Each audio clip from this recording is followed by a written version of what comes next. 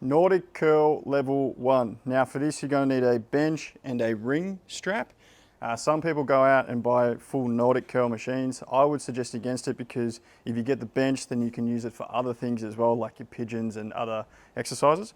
So basically to set up, you want to get your bench like so, and then you're going to get a ring strap looped through itself already, ready in that position. So the easiest way to get in is just by going 1 foot, hold onto the bench, try and tuck your other foot in, and you want your toes and your feet to hang off so that they can go straight down.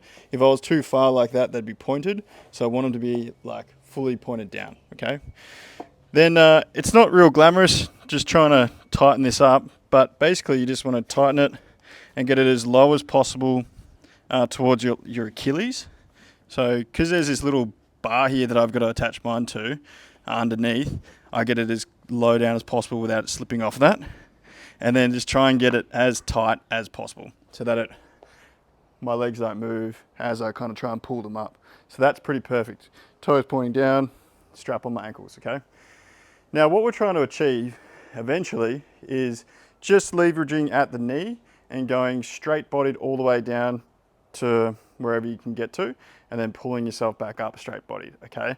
So that's the goal, the end goal. But version 1, we break at the hips and make it as easy as possible, or easy as we need to do the rep, okay? So what determines whether this is hard or not is where are your hips. Now, if I just go back with my hips and bring my face down like so, then it is very easy because there's no weight, I'm just pushing my weight back. If I keep my hips out in front of my knees and do the same thing, then it makes it significantly harder, okay? So as you're going down, if you're like, oh geez, this feels easy, it's probably because you're not pushing your hips far enough forwards, okay?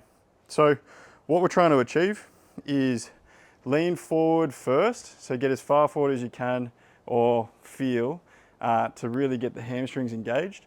Then you're going to keep the hips trying to search forward and fold at the hip, bringing your chin or chest down towards the bench. And then you hamstring curl, push your hips forward as you come up, like so.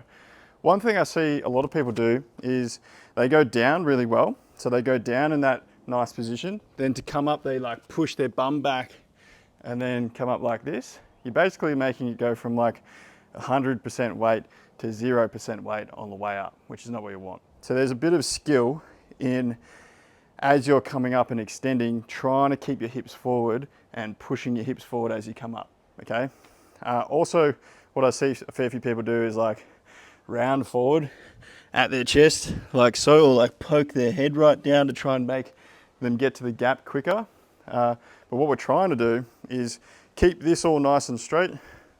You basically lean forward, hinge at the hip only, chest to the bench, hips come forward, whoa, like that, as you come up. I felt heaps of pressure come on the hamstrings in as I was pushing the hips forward as I come up. Now to get out, you basically just gotta untie yourself, drop the thing, step out, like so. So yeah, that is the Nordic curl level 1.